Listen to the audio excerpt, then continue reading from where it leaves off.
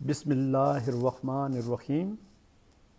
میں قانونی T V channel کے ویورز کو سلام پیش کرتا ہوں۔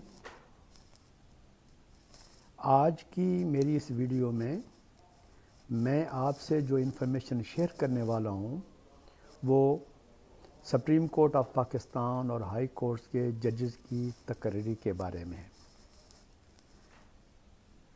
انڈر دا آرٹیکل 176 اور 175A of the Constitution of Islamic Republic of Pakistan 1973 supreme court اور ہائی کورٹ کے ججز کی تقرری اور ان کی تعداد کے بارے میں طریقہ کار وضع کیا گیا ہے۔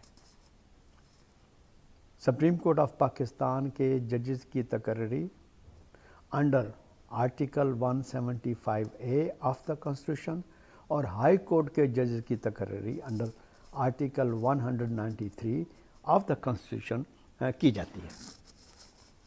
President of Pakistan is the approving authority. 18ویں اور 19ویں ترمیم کے بعد سپریم کورٹ اور ہائی کورٹ کے ججز کی تقرری کے بارے میں ایک اسکیم انٹروڈیوس کروائی گئی ہے۔ اس میں جوڈیشل کمیشن آف پاکستان اور پارلیمنٹری کمیٹی قائم کی گئی ہیں۔ میں آپ کو ایکسپلین کرتا ہوں کہ جوڈیشل کمیشن آف پاکستان کی تشکیل کیسے کی جاتی ہے۔ جوڈیشل کمیشن آف پاکستان کے جو چیئرمین ہیں وہ سپریم کورٹ آف پاکستان کے چیف جسٹس ہوتے ہیں۔ پھر chief justice of Pakistan 4 senior supreme court کے ججز کو ممبر اپوائنٹ کرتے ہیں۔ پھر چیف صاحب ان 4 سینئر ججز کی مشاورت کے بعد، کنسلٹیشن کے بعد، ایک farmer chief justice of supreme court یا ایک ریٹائرڈ جج آف سپریم کورٹ کو ممبر اپوائنٹ کرتے ہیں۔ بلحاظ عہدہ attorney general of Pakistan, minister for law اور ایک member senior advocate Pakistan bar council کی طرف سے نامینیٹ کیا جاتا ہے۔ تو یہ تو ہے جوڈیشل کمیشن آف پاکستان کی تشکیل۔ ممبرز 2 سال کے لیے اپوائنٹ کیے جاتے ہیں۔ دوسری طرف ہے پارلیمنٹری کمیٹی جو کہ 8 ممبران پر مشتمل ہوتی ہے، جو ایکولی اپوزیشن اور آپ کی جو رولنگ پارٹی سے لیے جاتے ہیں۔ جو گورنمنٹ کی ممبرز ہیں ان کی nomination leader of the house ان کے پرائم منسٹر آف پاکستان کرتے ہیں، جبکہ اپوزیشن کی طرف سے لیڈر آف دا اپوزیشن کرتے ہیں۔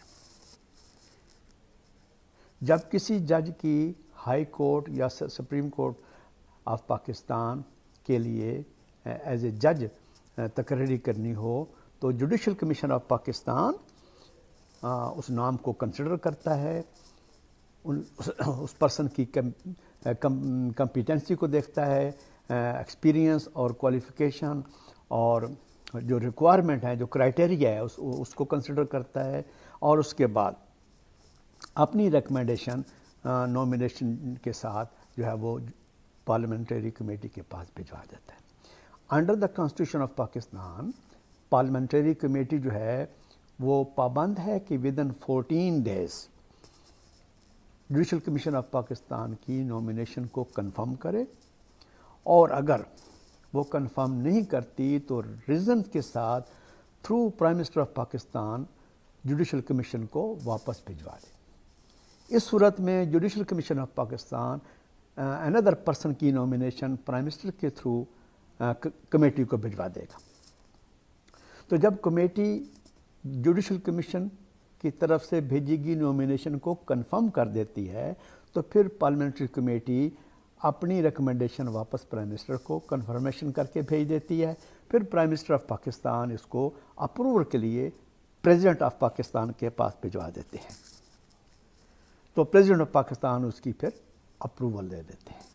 تو یہ تو ایک طریقہ کار ہے جو کہ سپریم کورٹ اور ہائی کورٹ کے ججز کی تقرری کے بارے میں ہے۔ سپریم کورٹ ایکٹ 1997 کے تحت ججز کی جو کرنٹ تعداد ہے accept the chief justice of Pakistan 16 ہے۔ ایلیجیبلٹی میں یہ ہائی کورٹ کے لیے جیسے آپ کو کہا کہ ہائی کورٹ کا جج بننے کے لیے آپ کو 10 سال تک ہائی کورٹ لیول پہ سینئر ایڈوکیٹ کا ایکسپیرینس ہونا چاہیے، آپ پاکستان کے شہری ہوں اور آپ کی عمر 45 سال سے کم نہ ہو۔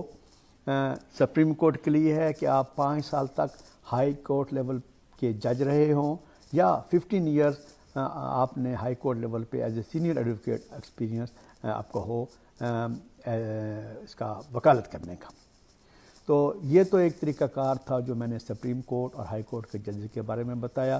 اگر آپ مزید انفارمیشن لینا چاہیں تو میں آپ کو ریکویسٹ کروں گا کہ سپریم کورٹ آف پاکستان اور لاہور ہائی کورٹ کی ویب سائٹس کو وزٹ کریں۔